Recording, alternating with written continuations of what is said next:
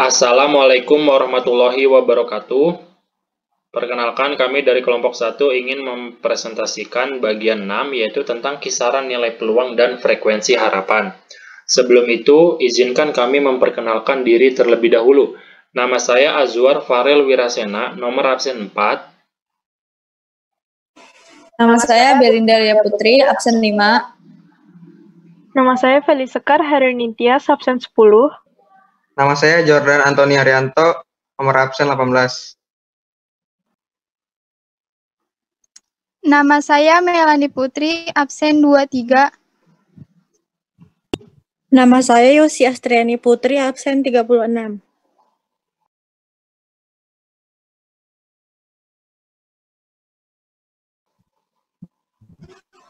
Yang pertama adalah kisaran nilai peluang. Secara sederhana, kisaran nilai peluang dapat diartikan sebagai perkiraan kemungkinan munculnya suatu kejadian di dalam sebuah ruang sampel. Kita ambil contoh, di dalam sebuah pertandingan sepak bola, wasit akan menggunakan uang logam atau uang koin untuk menentukan kesebelasan mana yang akan memperoleh bola pertama. Dari pelemparan koin tersebut, manakah yang memiliki peluang lebih besar untuk muncul gambar atau angka?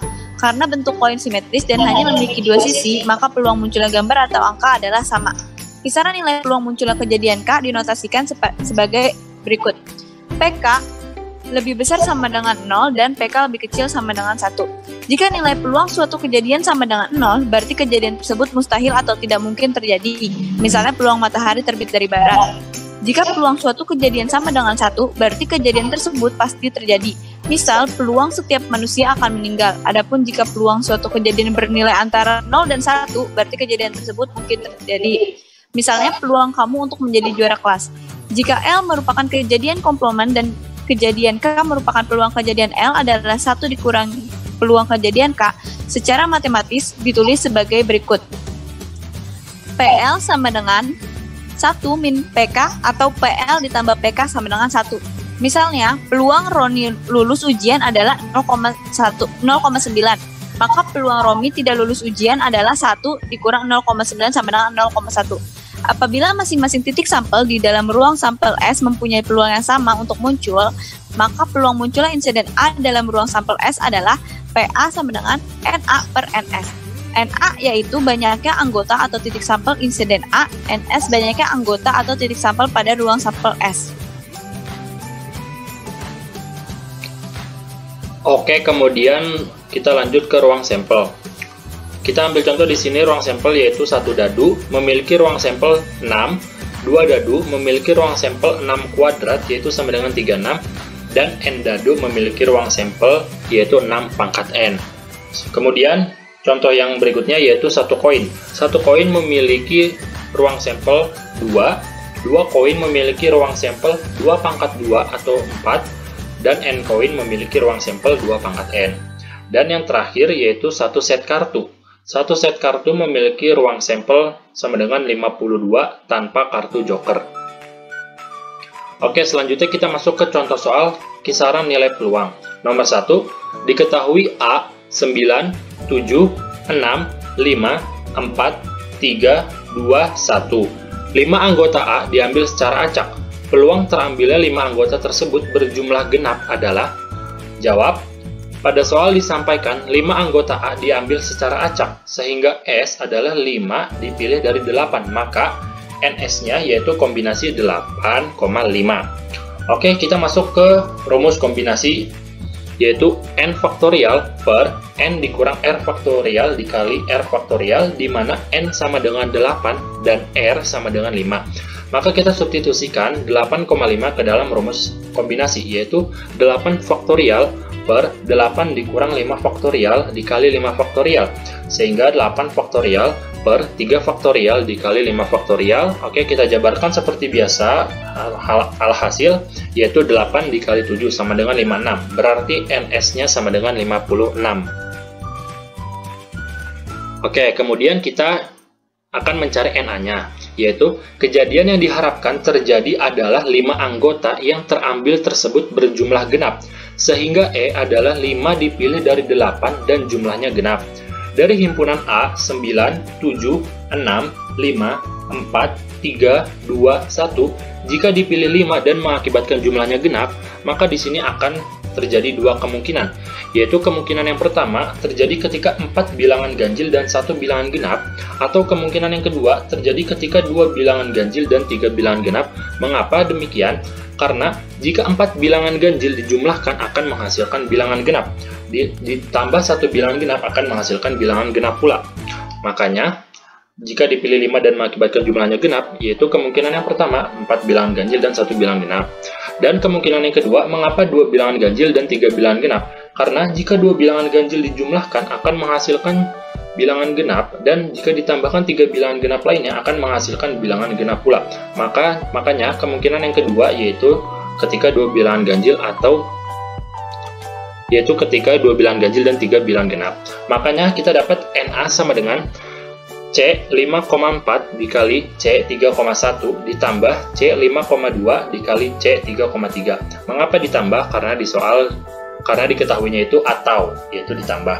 Oke, kita masuk ke rumus kombinasi seperti biasa, yaitu yang pertama 5 faktorial per 5 dikurang 4 faktorial dikali 4 faktorial dikali 3 faktorial per 3 dikurang 1 faktorial dikali 1 faktorial ditambah 5 faktorial per 5 dikurang 2 faktorial dikali 2 faktorial dikali 3 faktorial per 3 dikurang 3 faktorial dikali 3 faktorial, sehingga kita jabarkan seperti biasa dan alhasil dapat hasilnya yaitu 5 dikali 3 ditambah 10 dikali 1 yaitu sama dengan 25, sehingga NA-nya sama dengan 25. Maka kita langsung masukkan ke dalam rumus, yaitu PA sama dengan NA per NS, yaitu sama dengan 25 per 56. Maka jawaban dari nomor 1 peluangnya yaitu sama dengan 25 per 56.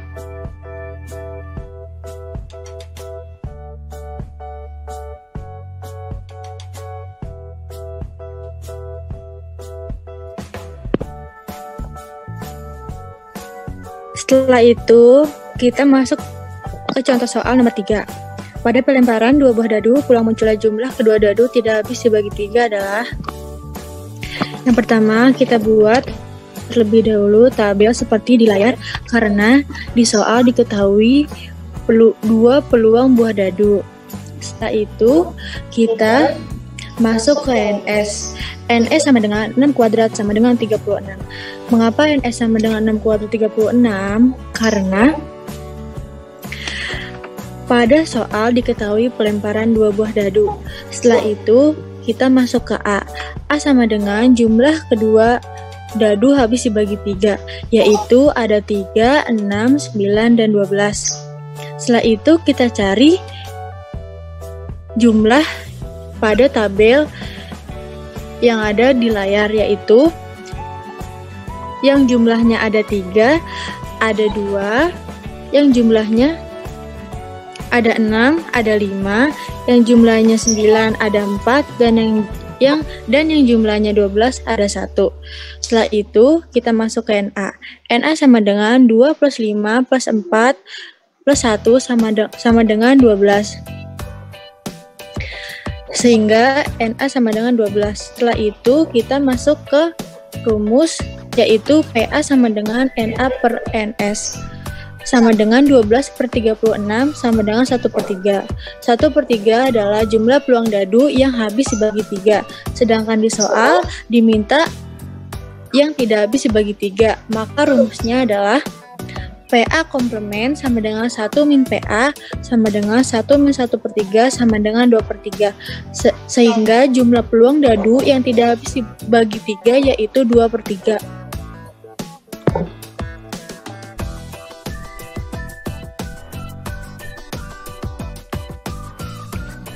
Frekuensi harapan.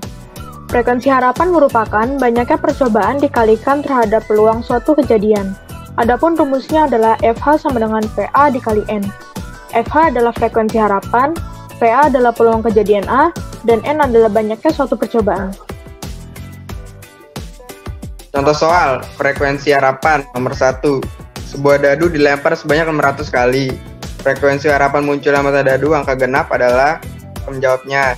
Pada soal ini diketahui NA sama dengan 3, karena angka genap pada dadu adalah 246, jadi totalnya adalah 3. NS sama dengan 6, karena total angka pada dadu ada 6. N sama dengan 600. maka rumusnya adalah FH sama dengan PA dikali N.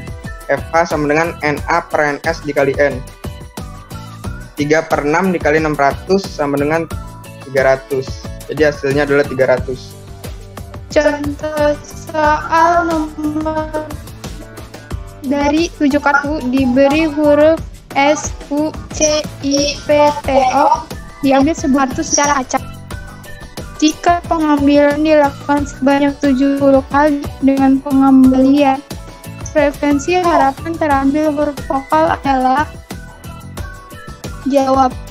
Pada soal ini diketahui yang pertama NA sama dengan 3 karena jumlah huruf vokal pada Sucipto ada 3, yaitu UIO.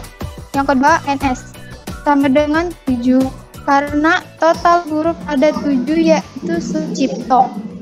Yang terakhir N sama dengan 70 karena pengambilan dilakukan sebanyak 70 kali. Lalu masukin ke dalam rumus. Maka FA sama dengan PA kali N. FA sama dengan NA per NS kali N. FA sama dengan 3/7 kali 70, tinggal dicoret, dan hasilnya FA sama dengan 30.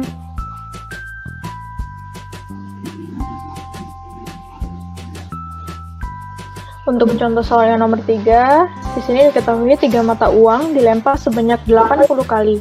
Frekuensi harapan munculnya paling sedikit satu gambar adalah. Jawab. Untuk menjawab soal ini, kita buat ruang sampel 3 mata uang seperti ditunjukkan tabel di bawah ini. Di sini terdapat mata uang yaitu angka-angka, angka gambar, gambar angka, dan gambar-gambar. Lalu di sini terdapat angka dan gambar. Dapat dilihat di tabel. Berdasarkan tabel di atas, diketahui bahwa NA-nya adalah 7. Dari mana ini? Ini diketahui karena yang ditanyakan adalah frekuensi harapan munculnya paling sedikit satu gambar. Maka kita harus mencari yang di tabel minimal ada satu gambar atau huruf G.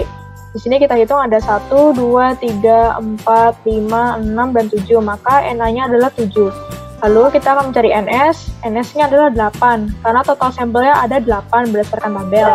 Lalu N-nya adalah 80 karena 3 mata uang dilempar sebanyak 80 kali. Setelah kita mendapatkan semua datanya, maka kita masukkan ke rumus frekuensi harapan. Itu frekuensi harapan sama dengan peluang kejadian A dikali jumlah banyaknya percobaan. FH sama dengan NA per NS dikali N. Dimasukin, FH sama dengan 7/8 dikali 80. Maka ini dicoret, maka frekuensi harapannya adalah 70. Demikianlah video pembelajaran mengenai materi kisaran nilai peluang dan frekuensi harapan oleh kelompok 1. Kami mohon maaf apabila terdapat banyak kekurangan ataupun ada kata-kata yang kurang berkenan. Akhir kata, wassalamualaikum warahmatullahi wabarakatuh.